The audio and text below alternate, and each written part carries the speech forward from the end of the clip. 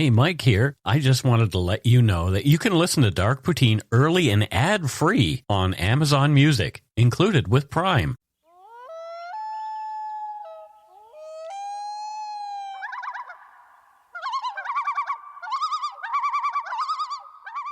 Welcome back to Dark Poutine. I am Mike Brown here in Langley, British Columbia, home of Toy Traders, the biggest, coolest toy store this side of the Rockies. Is it raining where you are? It has been off and on. Yeah. It's chucking it down. Right. I just took Steve out. Yeah. And forced him to go to the washroom because we got to the front door of the building and he'd like, no, I don't want to. I'm like, you have to, buddy.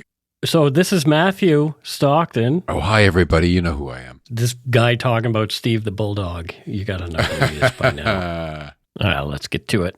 The views, information, and opinions expressed during the Dark Poutine podcast are solely those of the producer and do not necessarily represent those of Curious Cast, its affiliate, Global News, nor their parent company, Chorus Entertainment. Dark Poutine is not for the faint of heart or squeamish. Listener discretion is strongly advised. We're not experts on the topics we present, nor are we journalists. We're two ordinary Canadian schmucks chatting about crime and the dark side of history. Let's get to it. Put on your toque, grab yourself a double-double and a Nanaimo bar. It's time to scarf down some Dark Poutine. You are responsible for obtaining and maintaining at your own cost all equipment needed to listen to Dark Poutine. Dark Poutine can be addictive. Side effects may include, but not be limited to, pausing and questioning the system, elevated heart rate, pondering humanity, odd looks from colleagues as you laugh out loud at work, family members not into true crime worrying about you. Positive side effects may include some perspectives and opinions that you disagree with, as well as some wokeness and empathy. If you don't think Dark Poutine is for you, consult your doctor immediately.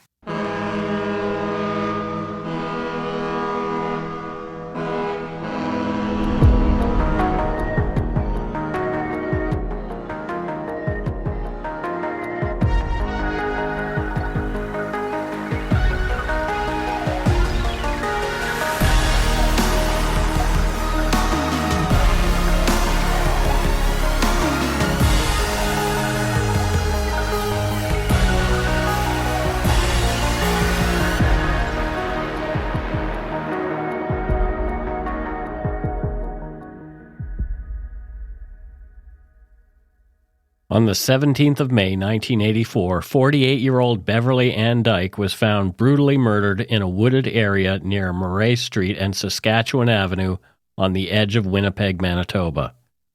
Her killing, a frenzied sexual assault and stabbing, left her family and the wider community fearing a predator was on the loose.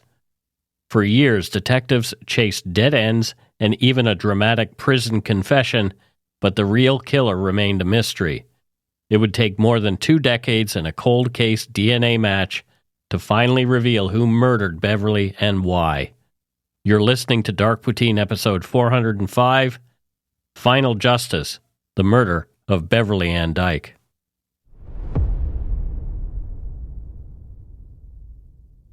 In the mid-1980s, Winnipeg was a prairie city that felt both big and small. Long, harsh winters, short, sticky summers, a compact downtown ringed by older neighborhoods, railside industrial strips and warehouses and light industry around the airport. It had several 100,000 people, enough for anonymous spaces and serious crime, but still a small town where many felt they knew someone on almost every block.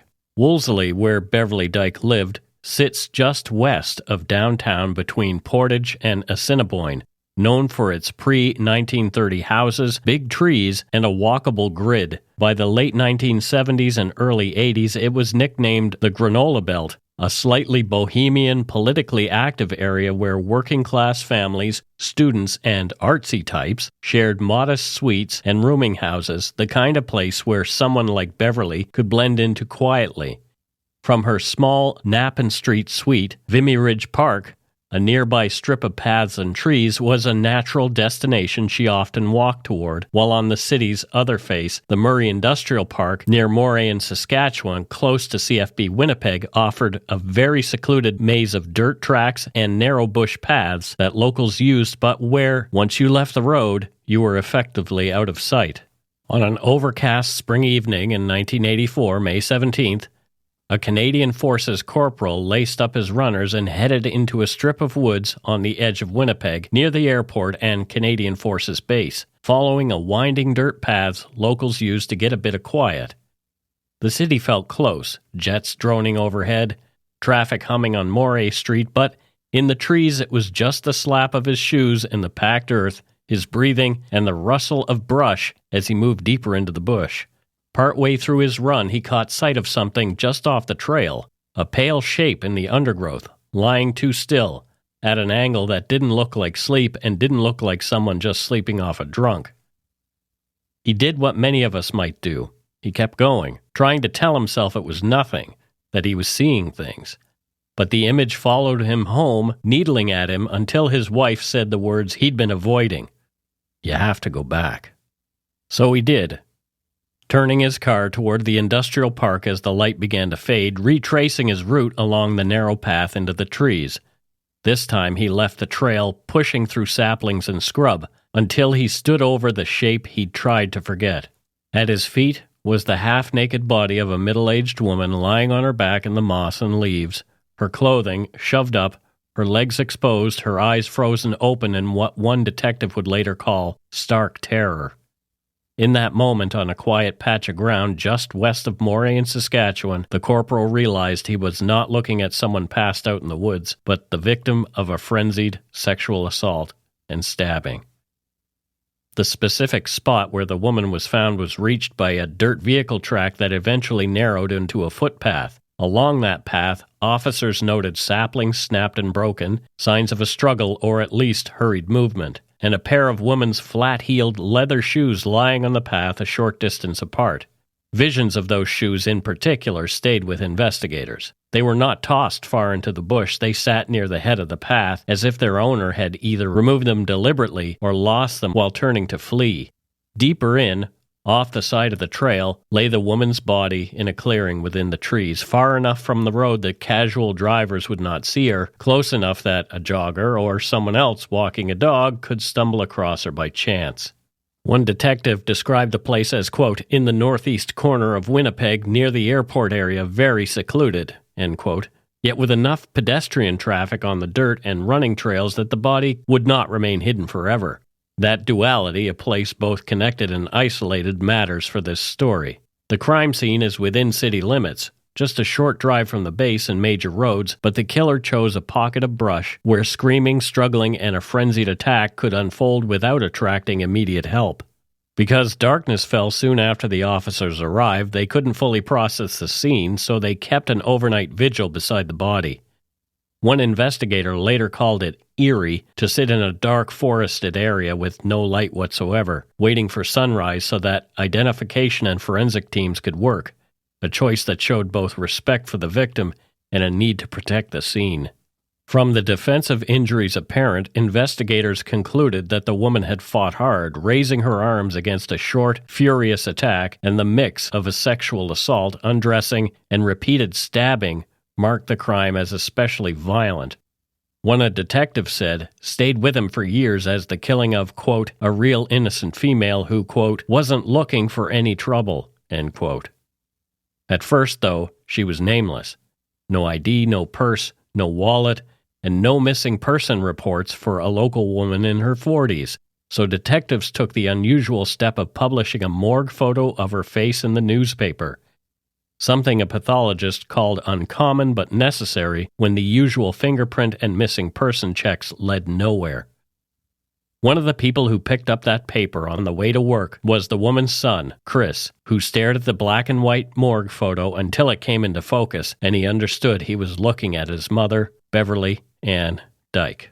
Ooh, Mike, do you know how hard that would have? That's just so hard to hear. It's awful. I can't imagine. That's how you find out. We can't identify this person, so we're going to put it in the newspaper, and the person who has to identify the dead woman is her son. I can't. Oh. Unfortunately, right? Like that's what needs to be done sometimes, right? Because if you think about it, when they do that, it's somebody that knows the person, so it's not going to be nice.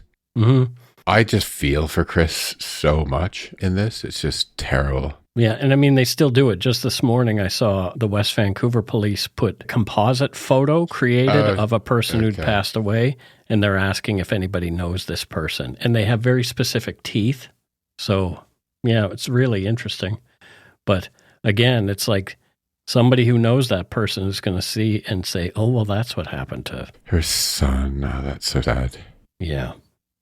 Beverly's story, of course, begins long before she was found in the bushes near the airport. Beverly Dyke was a 48-year-old Winnipegger who lived a quiet life in the Wolseley, Maryland area in the spring of 1984. She was separated from her husband, largely on her own. She was the mother of 3 adult children and came from a big family herself with 5 other siblings. So even though she lived alone, she was not without people who cared deeply about her. Her son, Chris Dyke, gives one of the clearest pictures of who she was in everyday life. Quote, "My mom was very family-oriented," he said years later, looking back at the woman he lost when he was still a young man. She had a big family. She had 5 other siblings. She liked to spend time with family. She liked to spend time with us together, just talking, having fun. End quote. He remembered her not as a dramatic or larger-than-life figure, but as someone who drew satisfaction from doing simple things. Conversation around a table, catching up on what her children were doing, being present when the family was in the same room. The last time Chris saw his mother alive was on Mother's Day in 1984. He and other family members went to her place on Knappen Street where, in his words, they had a really, really nice time. Beverly, he recalled, quote, "always wanted to know how we were doing, what we were doing, because we were adults. We were moving on. We were just busy growing up," end quote. That visit captures her priorities. Even while she lived alone and had her own struggles, she stayed focused on her children's lives, asking questions, listening, trying to stay connected as they moved into their own adult worlds. Investigators who worked on the case over the years also formed their own impressions of Beverly from speaking with family and reviewing her background. One veteran detective described her as, quote, "a sort of introverted person, but extremely intelligent, an IQ sort of right off the charts," end quote. That same officer suggested that because of that intelligence and introversion, quote, "she was a bit socially inept," end quote. Someone whose life was more that of a loner than a social butterfly's. She lived quietly, in a modest suite, in sort of the middle area of the city, and her demeanor meant she did not stand out in a crowd. Beverly's daughter remembered her as gentle, kind, someone who loved to laugh and loved conversation, and good, intense conversation about interesting things, but who was also quiet and read a lot. The months leading up to her death were not easy for Beverly. Detectives later learned that she was living on limited means, and one officer said, quote, "she had some of her own battles with socialization with people and how she was functioning," end quote. Her circumstances left her somewhat isolated day to day despite having a large extended family in the city. Her social and romantic life appears to have been quiet as well. Investigators found no sign that she was regularly dating, and one detective stated bluntly, quote, "she had not been sexually active for some time," end quote. In his view, she was not, quote, "the sort to respond to a male trying to coax her into a relationship or go for a drink or something like that. She was not interested," end quote. Another officer later described her as the kind of person who might be seen as a wallflower, someone who would never be the center of the room or grab a lot of attention, but likely had tons of personality inside, largely unseen by strangers. Putting all this together, a careful picture emerges, not complete because many parts of Beverly's life never made it into public documents, but clear enough to see her as more than just a name in a case file.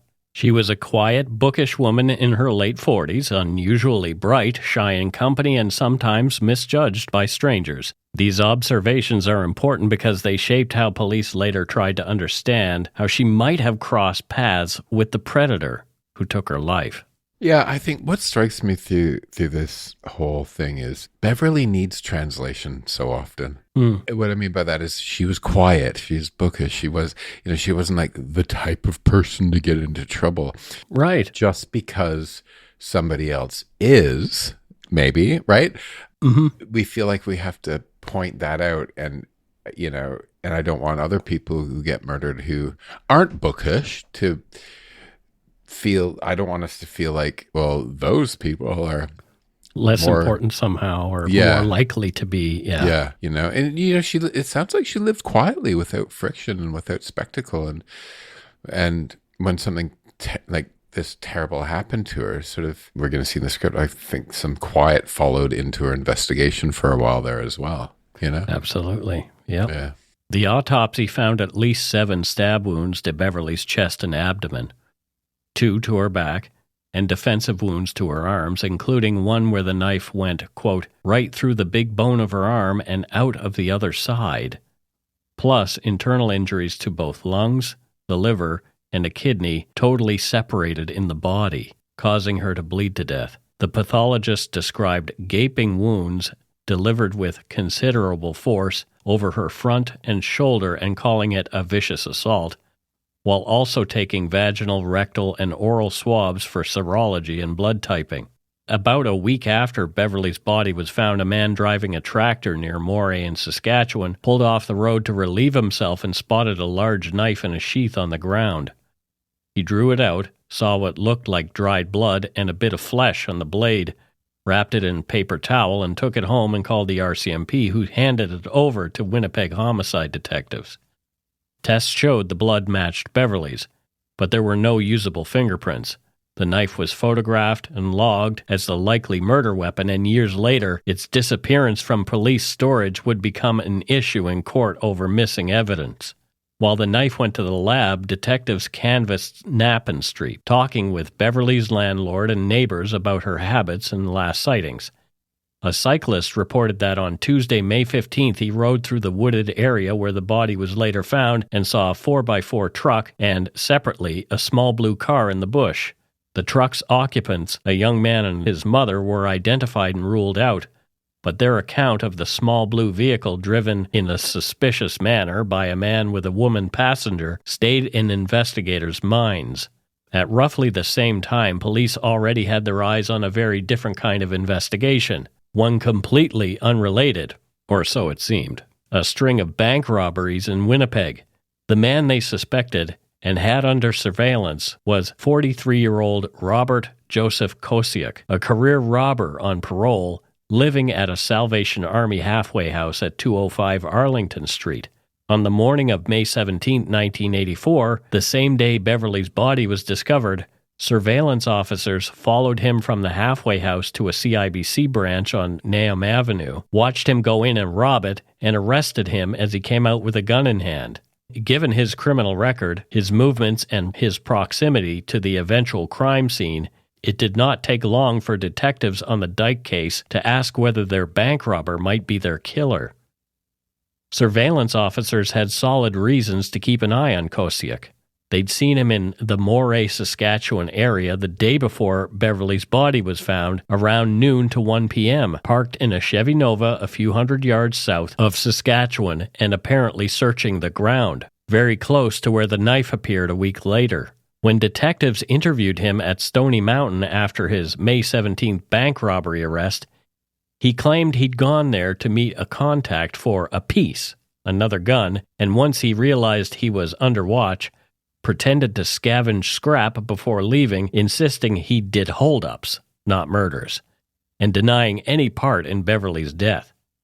His girlfriend owned a 2-door blue car like the one witnesses saw in the bush, and less than 12 hours after officers watched him in that area, her car burned in a suspicious parking lot fire, something one detective said always stuck in his craw. But in 1984, investigators judged his story somewhat plausible, decided Beverly was likely still alive when he'd been there, and dropped him as a suspect, a choice that shaped the case for years.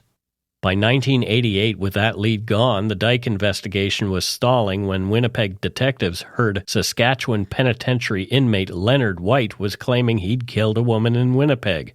Brought in and cautioned, He gave an oral and written confession saying he and Ricky Morris picked up a woman outside the Maryland hotel, drove her by the airport on dirt roads where Morris raped her, and, after being told it's your turn, White stabbed her several times in the chest with a 4.5 to 5 inch knife while she tried to fend him off, insisting he never had sex with her and offering blood so tests could show any semen belonged to the other man.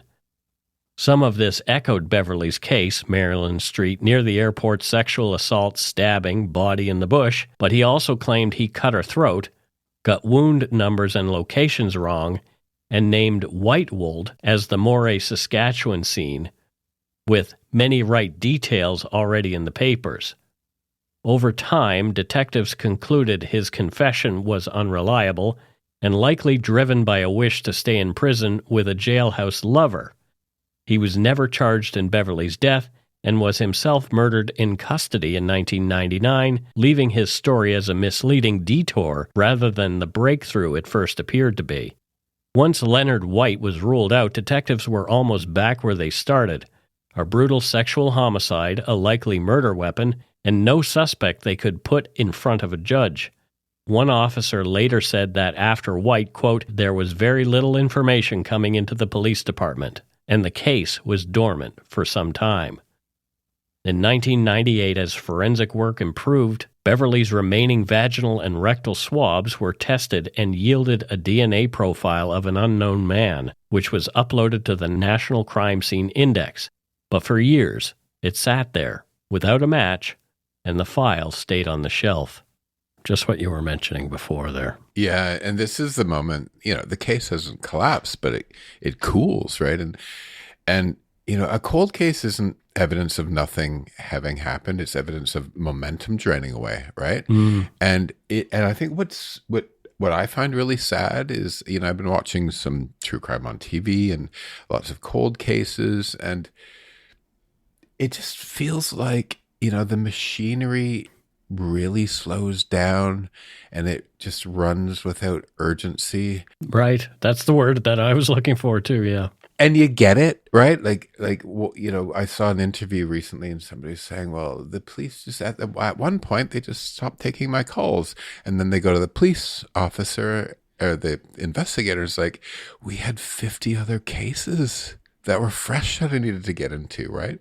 So you get it, but for the family, you want everyone on the planet to stop until this is sorted, right? Your case, your relative's case, is the most important one, bar none. And it always will be for you, but yeah, unfortunately, investigators have a lot on their hands because people keep doing this stuff, right? Yeah. For Beverly's family, those years were not just a cold case period, but day-to-day life with an open wound.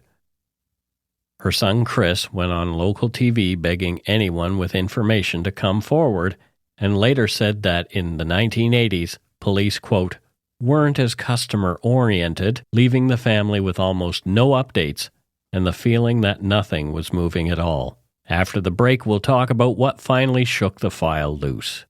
We'll be right back.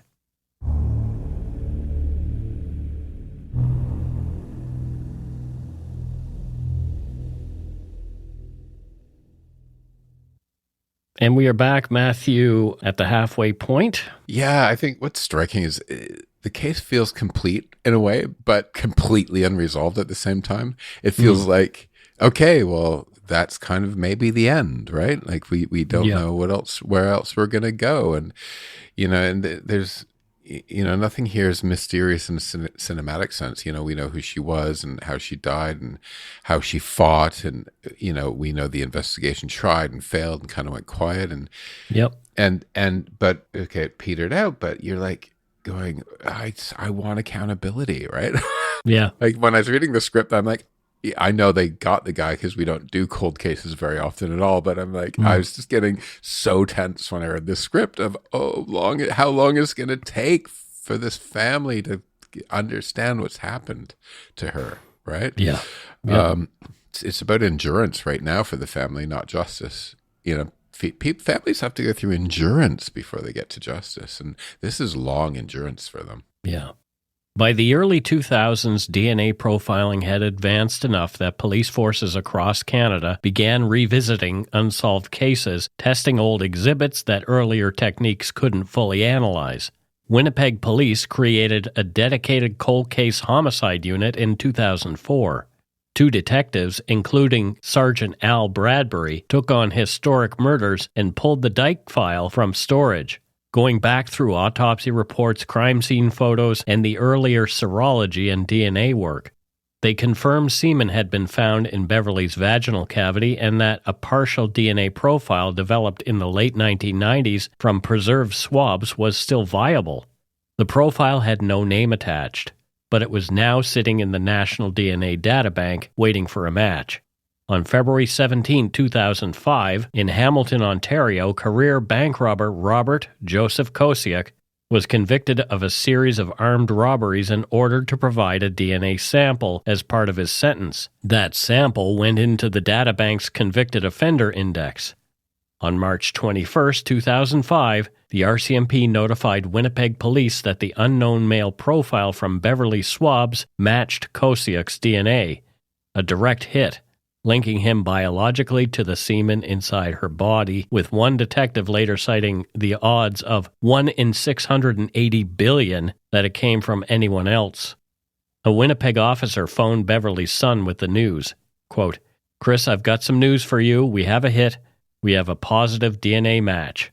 A call he described as, quote, "really emotional and overwhelming after years with not any real hope of finding out who killed his mother." Cold case detectives then obtained a fresh DNA warrant, traveled to Millhaven Institution in Ontario, and took a new blood sample from Kosiak to independently confirm the match before moving forward. The match didn't end the work. It reset it.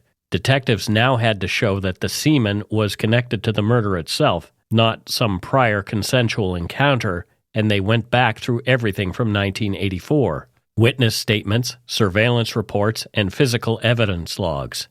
In doing so, they confirmed that some material was gone. The knife had disappeared from storage, some halfway house records had been destroyed, and much of the original swab material had been consumed by testing over the years. Issues that would later fuel defense arguments about lost evidence and fair trial rights.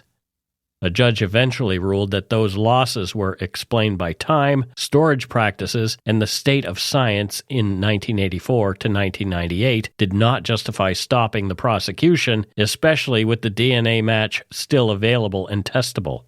In April 2005, 2 Winnipeg detectives went into Millhaven Pen and sat down with Kosiak. One later said he expected a very evil individual and was struck by seeing a little old man instead, though he still believed the man was highly dangerous. Kosiak was willing to talk at length about his bank robbery career, but absolutely refused to admit any sexual assault or murder, knowing that in prison culture, being labeled a sex offender, or skinner, drops an inmate to the bottom of the hierarchy.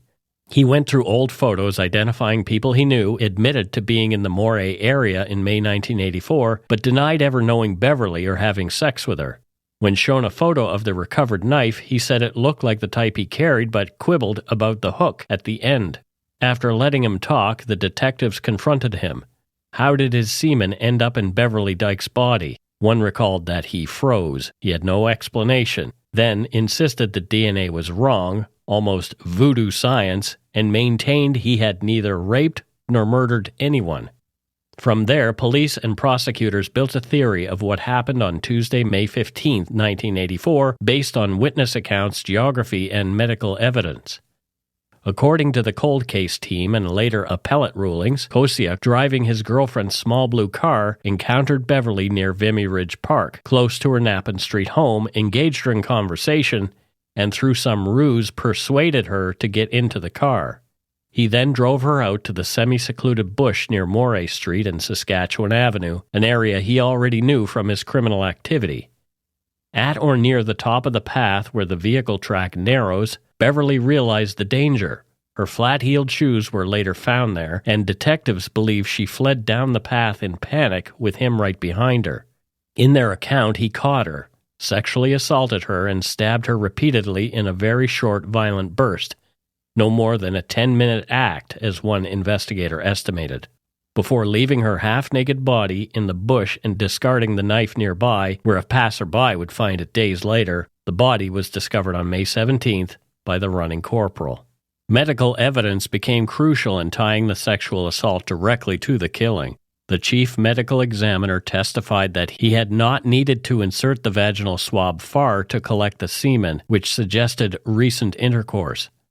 There was semen in the vaginal canal, but none on her panties, which were found off of her body, and an expert, as well as the Manitoba Court of Appeal, observed that, quote, common sense suggests semen present for some time would normally leak and leave sperm on the underwear if a woman had stood up and put them back on.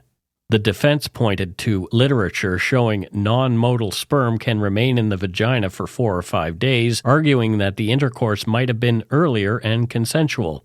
But the courts found that the overall picture, her body position and state of undress, the absence of semen on panties, and the timing of events supported the Crown's view that the sex and murder formed a single continuous event. That conclusion underpinned the legal finding of first-degree murder on the basis that Beverly was killed while being sexually assaulted with a weapon. The trial of Robert Joseph Kosiak turned on a mix of hard evidence and stubborn questions about what that science meant. For prosecutors, the DNA was the backbone of the case. Forensic biologists walked the jury through how swabs were taken from Beverly's body in 1984, tested with the limited serology then available, later used in the 1990s to build a DNA profile, and finally matched in 2005 to a sample from Kosiak after his Hamilton robbery convictions. Experts emphasized that it was statistically impossible that anyone other than Kosiak had left his DNA inside Beverly. Around that core, the Crown layered circumstantial evidence.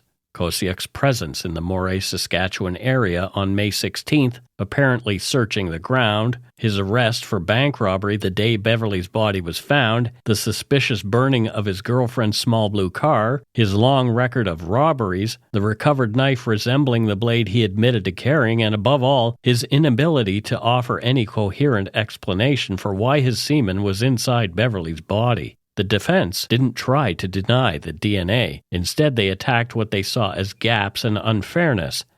Before the jury ever deliberated, they asked the judge to halt the case entirely, arguing that the missing halfway house records, destroyed police surveillance, the lost knife, and the consumed swab material had deprived Kosiak of a fair chance to defend himself or build an alibi. The judge refused to stay the proceedings for the reasons mentioned above, finding the losses largely explained by time storage processes and the state of 1980s science, ruling that any prejudice could be explored through cross-examination and careful instructions to the jury. The defense also pushed a third-party culprit theory centered on Leonard White. They persuaded the judge to let White's 1988 confession into evidence under the admission against penal interest exception and on principled grounds of necessity and some reliability. So jurors heard this claim of stabbing a woman near the airport, along with evidence about his possible motives to lie and the many ways his story didn't fit Beverly's case. Finally, they leaned heavily on timing and consent, conceding that, quote, the accused had intercourse with the victim, but arguing the Crown had not proved when or that it was non-consensual. They suggested the sex could have been days earlier and unrelated to the murder. Around all this, people in the courtroom watched Kosiak himself.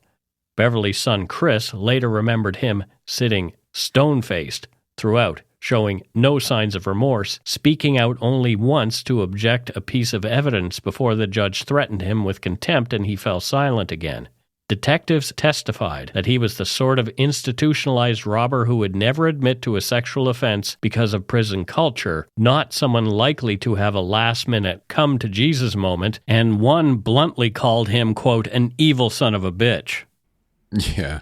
You know, it's, we're always so often left with clear picture of the offender. Right, and people's opinions of the offender. And I could have, honestly, before you go on, I could have gotten into the history of this guy because back into the 70s, or like 1970, he was in the newspaper for being a bank robber. I could have made this whole episode just about this one guy. Yeah, and I don't mean this episode. I just mean just so often we remember the perpetrators, and Right. the violence produces documentation, and the ordinary life that was taken we don't remember as much, right? And There is not a lot of information about Beverly. Not a lot. there's a sadness to that, right? Yeah. I don't mean just this case. I mean in general. It's Totally sad, right? hmm Yeah, the focus seems to be, as far as reporting goes, in the wrong place. Hmm. On March 5th, 2010, after weeks of evidence and argument, Joseph Kosiak was found guilty of first-degree murder in the killing of 48-year-old Beverly Anne Dyke. He received the mandatory sentence, life in prison with no chance of parole for 25 years. Outside the court, Chris Dyke said his family had been, quote, waiting 26 years for a conclusion to this nightmare, and admitted he didn't know what he would have done if there had been no conviction. He spoke about a sense of closure while making clear he still grieved for his mother and missed her deeply. Mike, this idea of closure, I want to ask you a question. Okay. Kind of closure is a legal idea in some ways. It's not a human one. And, the verdict resolves the responsibility. Like, okay, we now know what happened. We know who's responsible, but it doesn't restore the life of the person or explain why this person was chosen on this day. Mm-hmm. So the system gets an ending, and families get something, I think, more complicated, because often when you hear the family talk about closure, it's immediate. It's the interviewer on the steps of the courthouse, right? Where you hear, we got closure. And I often wonder, does that feeling last? Right? Does that feeling last? Because think about it, like closure, when families talk about closure, they usually say it right after the verdict. But I'm wondering, like, so much is carried for, does that closure feel like it lasts, I have talked to some people whose family members have been victims of crime, and honestly, some of them years later, decades later, they still hurt. Even though they have that closure, even though they have that amount of, they've seen the case go to whatever form of justice is required, it still stings for them. And not just they've lost somebody, but it's the whole thing. It's the perpetrator. It's everybody. Because I think if you, God forbid, like, good friend of mine got murdered and there was closure, like, okay, they caught the guy, he's in jail, maybe I just don't know what closure means. I still wouldn't feel closure. I'd always miss you. You know what I mean? Of course. Are they different things? Are they different? I don't know. Anyway. Yeah, I don't know. Maybe it closes out a chapter, but it takes forever to heal. Like healing is ongoing. There's always going to be a scar. Kosiak appealed to the Manitoba Court of Appeal, arguing that the lost evidence had made the trial unfair, that the jury had not been properly instructed on how to use the DNA and circumstantial proof, and that the judge hadn't adequately related the defense theories, Leonard White as potential killer and the possibility of earlier consensual sex, to the legal tests for first-degree murder. The majority of the Manitoba Court of Appeals rejected those arguments and upheld the conviction, though one judge dissented on whether the jury had been properly guided on the timing and consent issues. Even so, the verdict stood. Kosiak then sought leave to appeal to the Supreme Court of Canada, but in 2012, the High Court declined to hear the case, leaving his conviction for Beverly's murder intact.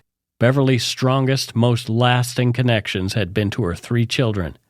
In court in 2010, her daughter, Barb Botello, stood up to read a victim impact statement that tried to compress a lifetime of love and loss into a few paragraphs. Quote, "The brutal slaying of our mother has left a gaping hole in our family," she told the judge. Beverly, she said, never had a chance to, quote, watch her 3 children get married or meet any of her 8 grandchildren, end quote. Barb also tried to put her mother's nature into words that the court could not mistake. Quote, "She was an extremely kind and sweet person," she said. How could such a heinous crime occur? We will all grieve the loss of her forever." End quote. There's nothing complicated in that description, but its plainness is part of its power. It matches what Chris said about a woman who enjoyed conversation and family gatherings more than anything flashy, someone whose kindness and sweetness were her defining traits rather than footnotes. For Chris Dyke, the questions have never really gone away. Decades after the murder, even after the guilty verdict, he told interviewers, quote, "To this day, I still can't comprehend why he would have killed my mom." When the verdict finally came, he said their mother would have been, quote, "deeply touched by the diligence and dedication that so many people have shown in finding her killer and bringing justice to her memory."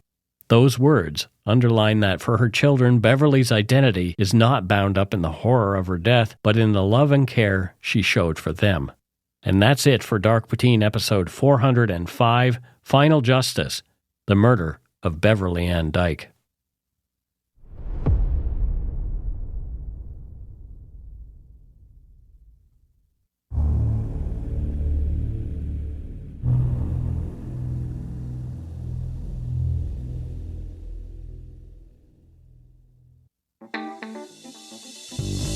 That's right. It's time for voicemails.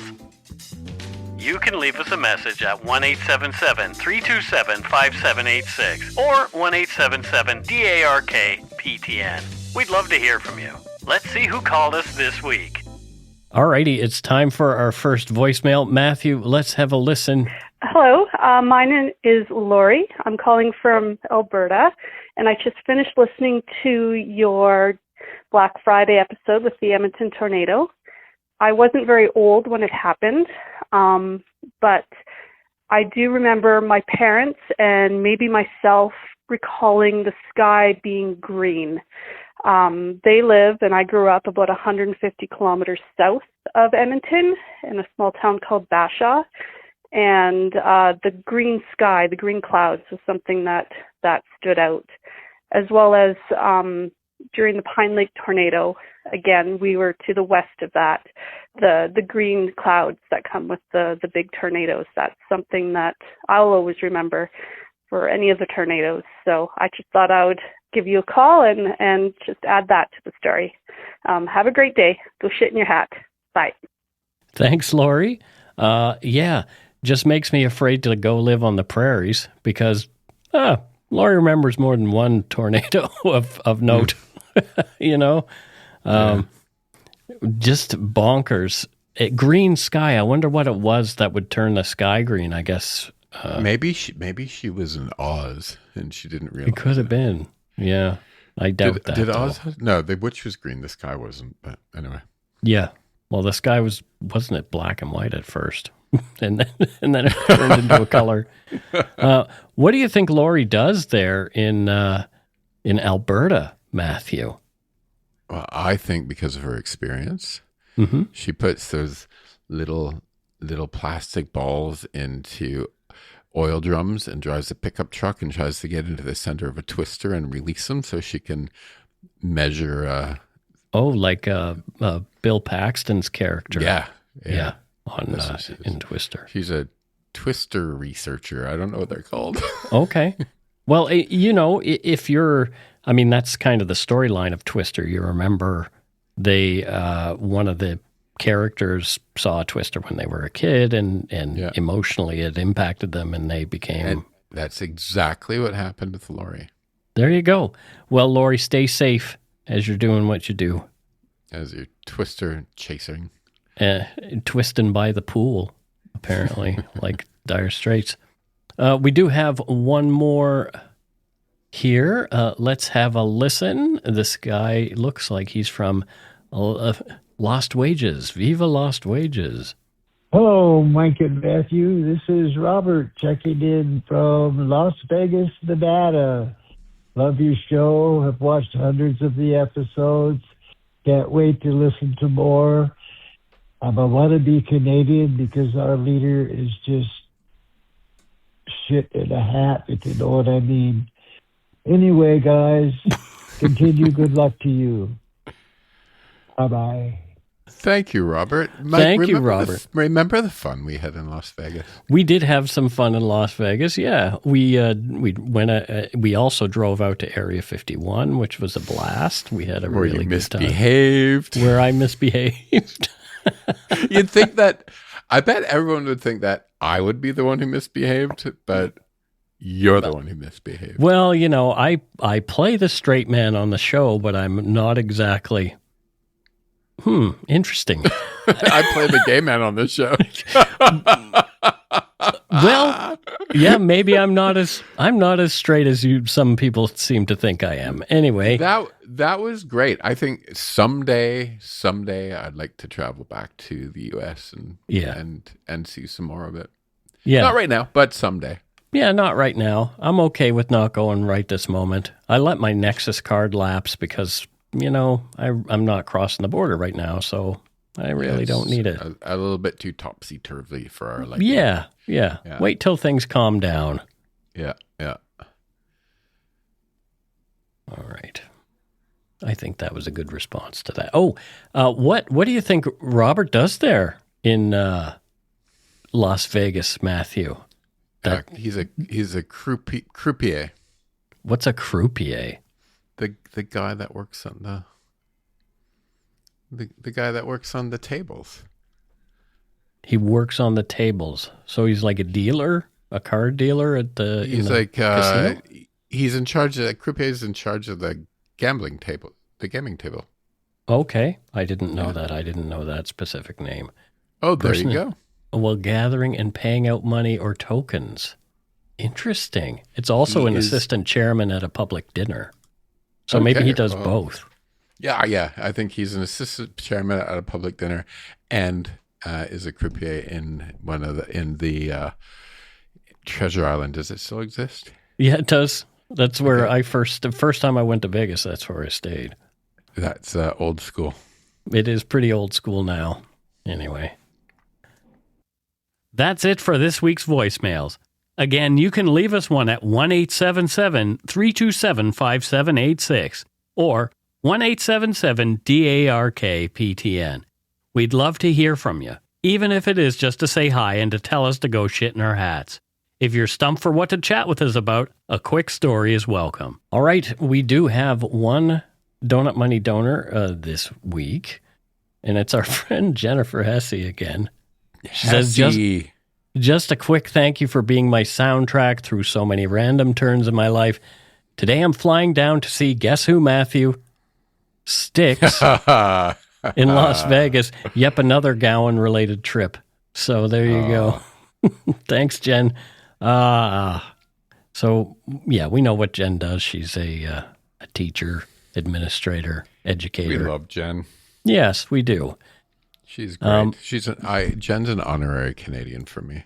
Definitely. Hopefully. Speaking of honorary Canadians, I think we have to.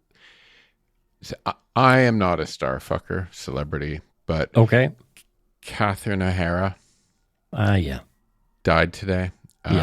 And for me and for you, because you and I knew her before she even made it big in Hollywood, just in terms of SCTV and all that. She was a national treasure, and I was really sad to see that. So on the day of the recording, she died. So that kind of hit me a little bit.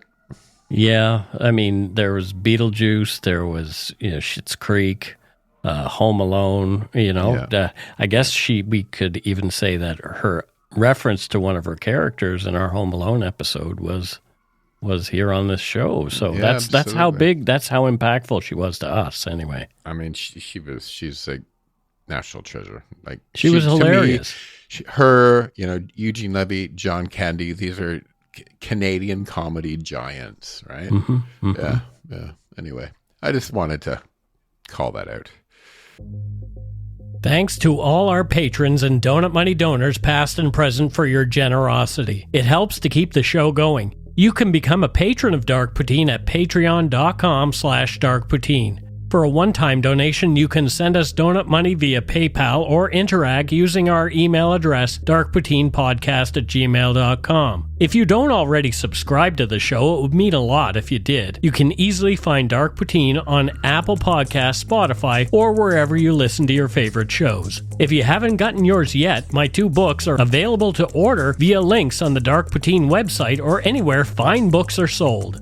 And speaking of darkpoutine.com, check it out for show notes and other cool stuff. We'd appreciate it if you gave Dark Poutine a like or a follow on Facebook and Instagram. Most importantly, thank you for listening. Tell your friends about us. Word of mouth is a powerful thing. And that is it for this episode of Dark Poutine. So until next time, don't forget to be a good egg and not a bad apple. Bye, everyone. Bye.